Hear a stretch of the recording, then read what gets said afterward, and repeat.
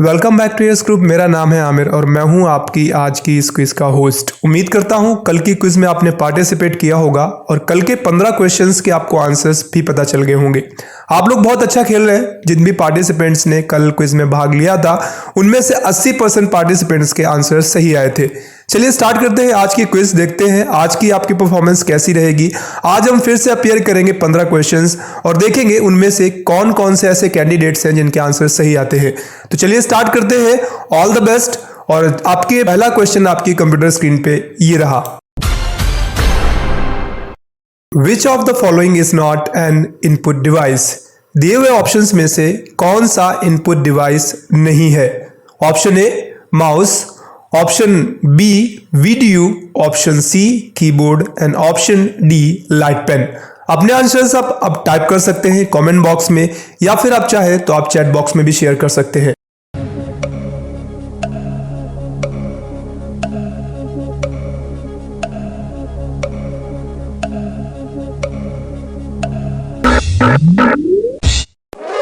उम्मीद करता हूं आपने आंसर्स को अब तक सेंड कर दिया होगा। चलिए समय आ गया है फाइनल रिजल्ट्स को देखने का कि इस क्वेश्चन का सही आंसर क्या है।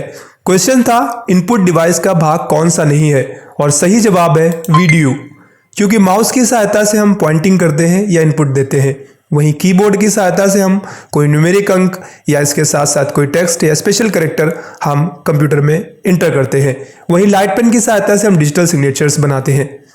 तो उम्मीद करता हूं आपके क्वेश्चंस के आंसर सही होंगे। अगर सही हैं तो कॉन्ग्रेचुलेशंस, अगर गलत है तो कोई बात नहीं, अगले क्वेश्चन पे आप दोबारा से ट्राई कर सकते हैं। चलिए बढ़ते हैं अगले क्वेश्चन की ओर। अगला क्वेश्चन आपकी कंप्यूटर स्क्रीन पे ये रहा। Which of the following is an example of non volatile memory? दिए हुए ऑप्शंस में से स्थायी मेमोरी का एग्जाम्पल है। Option A cache memory, option B ROM यानी read only memory, option C RAM random access memory and option D none of above यानी दिए हुए ऑप्शंस में से कोई भी सही नहीं है। अपना आंसर आप अब टाइप कर सकते हैं।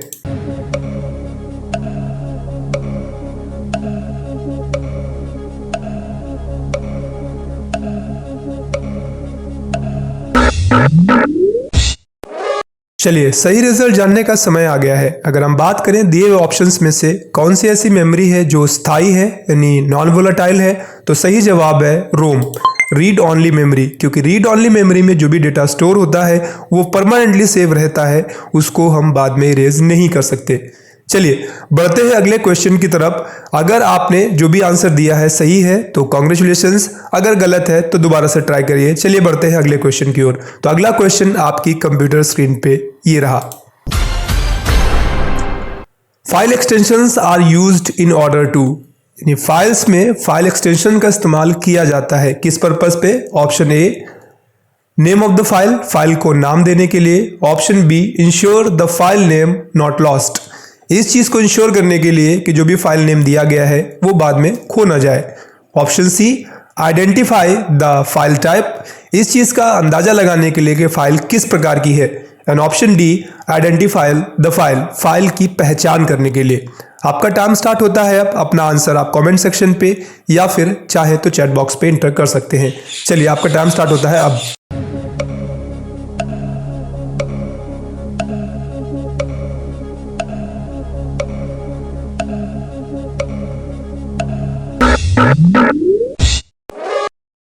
सही रिजल्ट जानने का समय आ गया है। अगर हम बात करते हैं कि फाइल एक्सटेंशंस का इस्तेमाल किस लिए करते हैं, तो बस फाइल एक्सटेंशन का इस्तेमाल फाइल की टाइप को पहचानने के लिए करते हैं, यानी आइडेंटिफाई द फाइल टाइप। अगर आपका आंसर सही था तो कॉन्ग्रेचुलेशंस, नहीं सही था तो हमेशा की तरीके फिर से अगले क्वेश्चन में जरूर ट्राई करें। चलिए बढ़ते हैं अगले क्वेश्चन की ओर। अगला क्वेश्चन आपकी कंप्यूटर स्क्रीन पे ये रहा।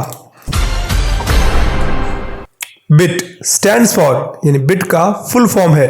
Option A binary information term, option B binary digit, option C binary tree and option D bivariate theory. चलिए अपना आंसर आप अब टाइप कर सकते हैं। आपका टाइम स्टार्ट होता है अब।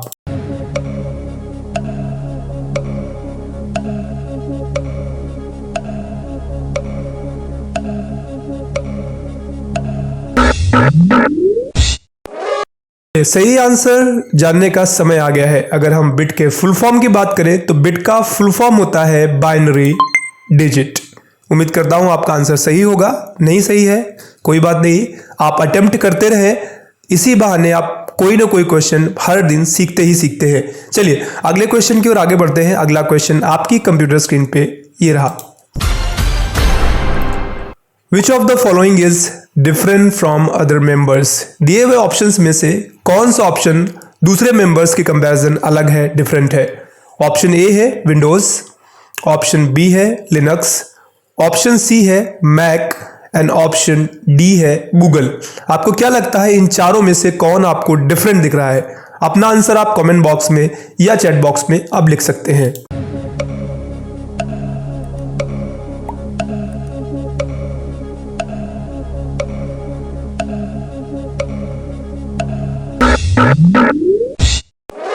चलिए सही जवाब जानने का समय आ गया है। अगर हम बात करें इन चारों मेंबर्स में से कौन सा ऑप्शन डिफरेंट है तो इसका सही जवाब है गूगल।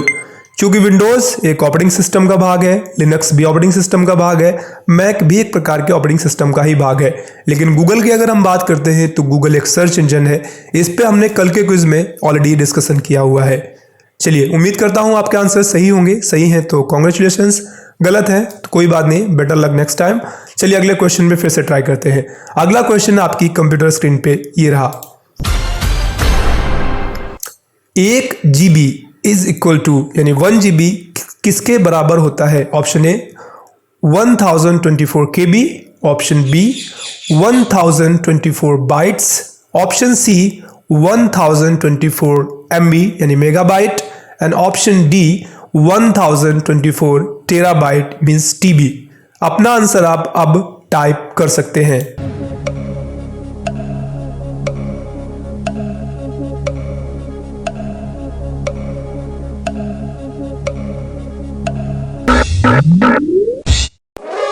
चलिए सही आंसर जानने का समय आ गया है। अगर हम बात करते हैं 1 GB किसके बराबर है तो इसका सही जवाब है 1024 MB के। ठीक है, उम्मीद करता हूं आपका आंसर सही आया होगा क्योंकि इस पे ऑलरेडी हम पहले भी डिस्कशन कर चुके हैं पहले की क्विज में। चलिए समय आ गया है अगले क्वेश्चन की ओर बढ़ने का। अगला क्वेश्चन आपकी कंप्यूटर स्क्रीन पे ये रहा। Which function in Excel tells how many numeric entries are there? किस फंक्शन की सहायता से आप ये पता कर सकते हैं कि सिलेक्टेड रेंज में कितनी न्यूमेरिक एंट्रीज को एंटर किया गया है? ऑप्शन ए काउंट फंक्शन की सहायता से, ऑप्शन बी काउंटा फंक्शन की सहायता से, ऑप्शन सी सम फंक्शन की सहायता से and option D check num function की सहायता से। अपना आंसर आप टाइप कर सकते हैं। देखते हैं आपके आंसर्स में से कितने कैंडिडेट्स के आंसर सही आते हैं। आपका टाइम स्टार्ट होता है अब।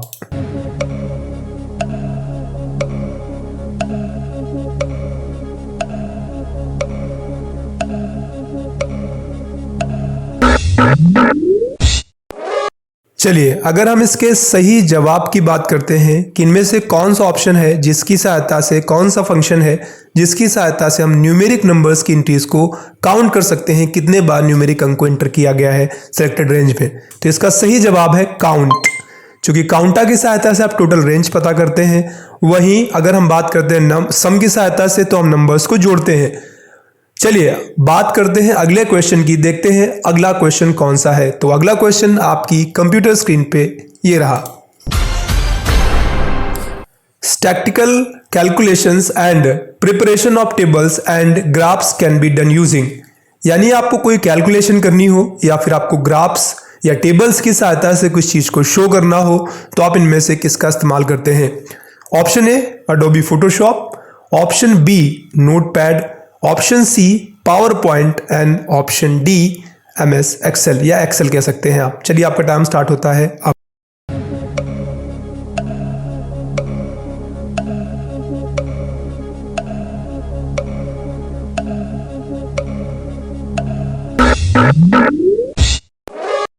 अगर हम इस क्वेश्चन के सही जवाब की बात करते हैं तो ये सारे ही काम चाहे कैलकुलेशन के हों, चाहे पैराग्राफ्स को ग्राफ के फॉर्म में शो करना हो, टेबल के फॉर्म में शो करना हो, ये सारे काम हम करते हैं एक्सेल की सहायता से। चूँकि एडोबे फोटोशॉप की सहायता से हम इमेजेस को एडिट करते हैं। वहीं अगर हम नोटपैड की बात करें तो ये टेक्स्ट डॉक्यूमेंट क्रिएट करने के लिए होता है, टेक्स्ट फाइल क्रिएट करने के लिए होता है, और पावर पॉइंट की सहायता से हम स्लाइड्स क्रिएट करते हैं, प्रेजेंटेशन बनाते हैं। उम्मीद करता हूँ आप लोगों के आंसर सही होंगे। सही है तो वेरी कॉन्ग्रेचुलेशंस। फिर से चलते हैं अगले क्वेश्चन की ओर और देखते हैं अगला क्वेश्चन क्या है। अगला क्वेश्चन आपकी कंप्यूटर स्क्रीन पे ये रहा। HTTP जो कि ज़्यादातर आपने देखा होगा यूज़ किया जाता है वेबसाइट्स के स्टार्टिंग में।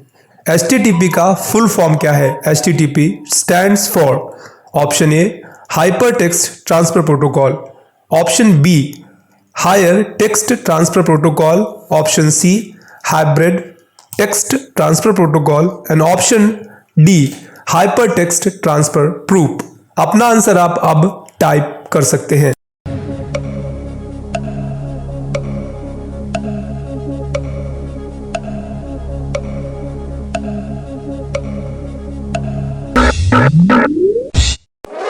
चलिए, उम्मीद करता हूं अब तक आपने अपने आंसर्स को टाइप कर दिया होगा। समय है फाइनल रिजल्ट को जानने का और सही जवाब है हाइपर टेक्स्ट ट्रांसफर प्रोटोकॉल यानी HTTP, जो ऑलमोस्ट हर एक वेबसाइट की स्टार्टिंग में लगाया जाता है। चलिए, समय है अगले क्वेश्चन की ओर आगे बढ़ने का। अगला क्वेश्चन आपकी कंप्यूटर स्क्रीन पे ये रहा। A feature of MS Office that saves the document automatically after a certain interval is called। यानी MS ऑफिस में ऐसा कौन सा फीचर है जिसकी सहायता से कोई भी डॉक्यूमेंट एक निर्धारित समय के बाद अपने मन से ही सेव हो जाता है, भले ही आप उसे सेव करें या ना करें। ऑप्शन ए है ऑटो सेव, ऑप्शन बी है सेव एंड ऑप्शन सी है save as and option D है बैकअप। अपना आंसर अब आप टाइप कर सकते हैं।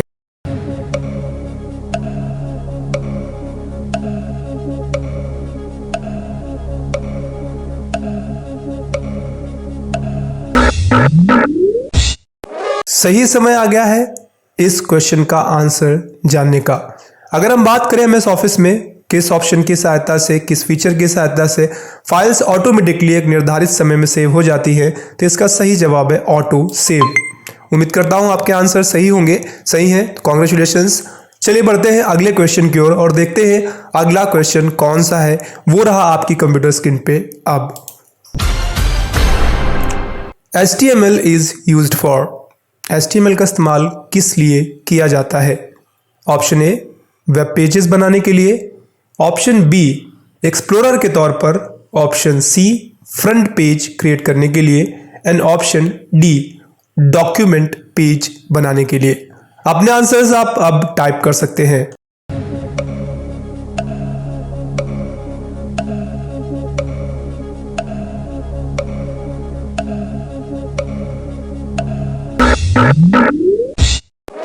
चलिए, उम्मीद करता हूं अब तक आपने अपने आंसर्स को टाइप कर दिया होगा और सेंड भी कर दिया होगा। चलिए, समय है फाइनल रिजल्ट्स को जानने का। किसमें से फाइनल रिजल्ट्स कौन सा है? तो इसका सही जवाब है वेब पेजेस। HTML जिसका फुल फॉर्म होता है हाइपर टेक्स्ट मार्कअप लैंग्वेज। इसकी सहायता से हम वेब पेजेस यानी इंटरनेट के पेजेस क्रिएट करते हैं। चलिए, समय आ गया है अगले क्वेश्चन की ओर आगे बढ़ने का। आपसे पहले मैं रिक्वेस्ट करूंगा प्लीज़ अपने आंसर्स को निर्धारित समय जो कि 10 सेकेंड है तक टाइप करके सेंड कर दिया करिए, क्योंकि बाद में अगर वो आंसर आता भी है तो उसका कोई मायने नहीं है, क्योंकि उसको काउंट नहीं किया जाएगा। चलिए अगले क्वेश्चन की ओर हम आगे बढ़ते हैं। अगला क्वेश्चन आपकी कंप्यूटर स्क्रीन पे ये रहा। Which of software is used for counting? दिए हुए ऑप्शंस में से जो भी सॉफ्टवेयर्स दिए गए हैं, इनमें से कौन से सॉफ्टवेयर का इस्तेमाल अकाउंटिंग पर्पस पे यानी अकाउंटिंग करने के लिए किया जाता है? Option A Da Vinci, option B Visual Basics, option C Tally Prime and option D Turbo C. अपना आंसर आप अब टाइप कर सकते हैं।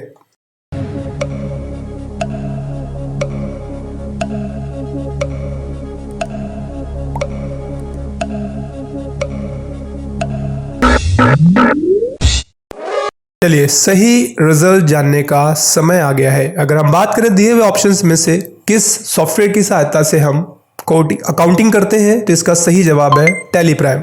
क्योंकि डाविंची की सहायता से आप लोग वीडियो एडिटिंग कर सकते हैं, विजुअल बेसिक्स या विजुअल बेसिक कोड कह सकते हैं, इससे आप कोडिंग कर सकते हैं। वहीं टर्बो सी की सहायता से भी आप कोडिंग ही करते हैं, बट उसमें सी लैंग्वेज की कोड्स को जनरेट किया जाता है, सी लैंग्वेज के कोड्स को एंटर किया जाता है। चलिए, आप लोगों के जिनके भी आंसर्स सही हैं, कॉन्ग्रेचुलेशंस। बढ़ते हैं अगले क्वेश्चन की ओर। What was the first computer design for accounting? Accounting purpose पे डिजाइन किया गया सबसे पहला कंप्यूटर कौन सा है? Option A UNIVAC, option B ENIAC, option C ABC and option D abacus. आपका टाइम स्टार्ट होता है अब।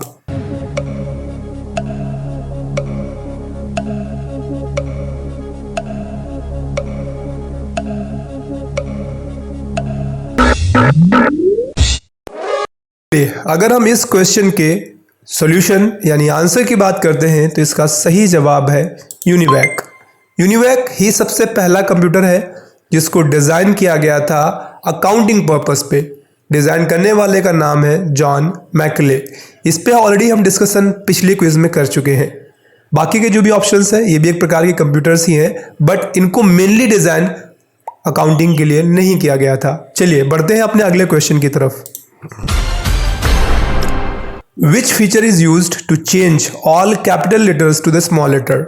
यानी आप MS ऑफिस का इस्तेमाल करते हैं, इस MS ऑफिस में इस्तेमाल की आप MS ऑफिस में दिए हुए ऑप्शंस में से MS ऑफिस में कौन सा ऐसा फीचर है जिसकी सहायता से आप सारे कैपिटल लेटर्स को स्मॉल लेटर में कन्वर्ट कर सकते हैं? ऑप्शन ए चेंज केस की सहायता से, ऑप्शन बी है चेंज लेटर की सहायता से, ऑप्शन सी है चेंज वर्ड की सहायता से एंड ऑप्शन डी है चेंज सेंटेंस की सहायता से। आपका टाइम स्टार्ट होता है अब और अपने आंसर्स अब आप टाइप कर सकते हैं।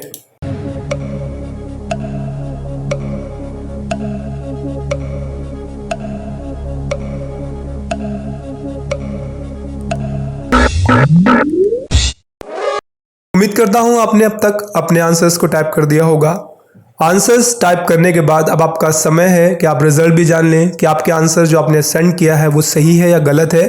तो अगर हम बात करते हैं MS ऑफिस में किस फीचर की सहायता से हम कैपिटल लेटर्स को स्मॉल लेटर में कन्वर्ट करते हैं, तो वो है चेंज केस। चेंज केस की सहायता से आप स्मॉल लेटर को आप कैपिटल लेटर में और कैपिटल लेटर को आप स्मॉल लेटर में कन्वर्ट कर सकते हैं।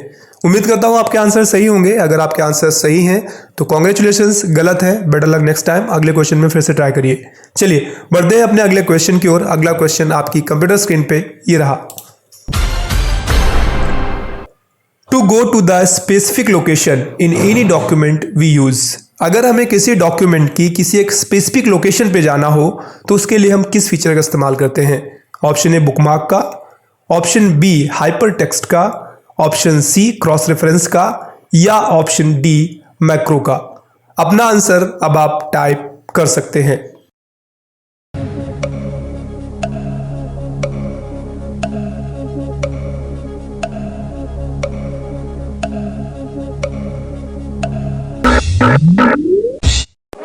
उम्मीद करता हूं आपने अब तक अपना आंसर सेंड कर दिया होगा। इस पे ऑलरेडी मैं क्लास बना चुका हूं जिन पे डिटेल में बुकमार्क के बारे में, क्रॉस रेफरेंस के बारे में, मैक्रोस के बारे में आपको पहले ही बता चुका हूं।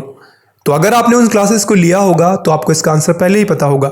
ये MS वर्ड में अगर आप जाते हैं इंसर्ट टैब में तो वहाँ पे आपको बुकमार्क भी मिलेगा, क्रॉस रेफरेंस भी मिलेगा, और अगर आप व्यू टैब पढ़ेंगे तो व्यू टैब में मैक्रो का ऑप्शन भी दिया हुआ था।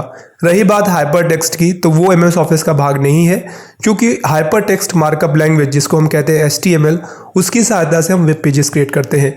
तो इसका सही जवाब है बुकमार्क। बुकमार्क की सहायता से अगर आप किसी भी लोकेशन को बुकमार्क कर लेते हैं तो जब भी आप चाहें तो डायरेक्टली आप बुकमार्क की सहायता से उस लोकेशन तक पहुंच सकते हैं। आज की क्विज यहीं पे समाप्त होती है। उम्मीद करता हूं आपने, जितने भी कैंडिडेट्स ने आप लोगों में से इस क्विज में पार्टिसिपेट किया था, आपको 15 क्वेश्चंस के एटलीस्ट जवाब पता चल गए हैं और आपने अपने आप को चेक भी किया है कि आपने जितने भी आंसर्स सही सेंड किए हैं। कुछ में हो सकता है आपने तुक्का मारा हो, putting arrow in the dark, और कुछ क्वेश्चंस के आंसर शायद आपको पहले से ही पता होंगे। तो दोनों ही सूरतों में आपने आज नए 15 क्वेश्चन सीखे हैं। कल फिर मिलेंगे ठीक रात 8 बजे अपनी नई क्विज लेकर। तब तक के लिए आज के लिए फिलहाल अलविदा, bye bye and take care.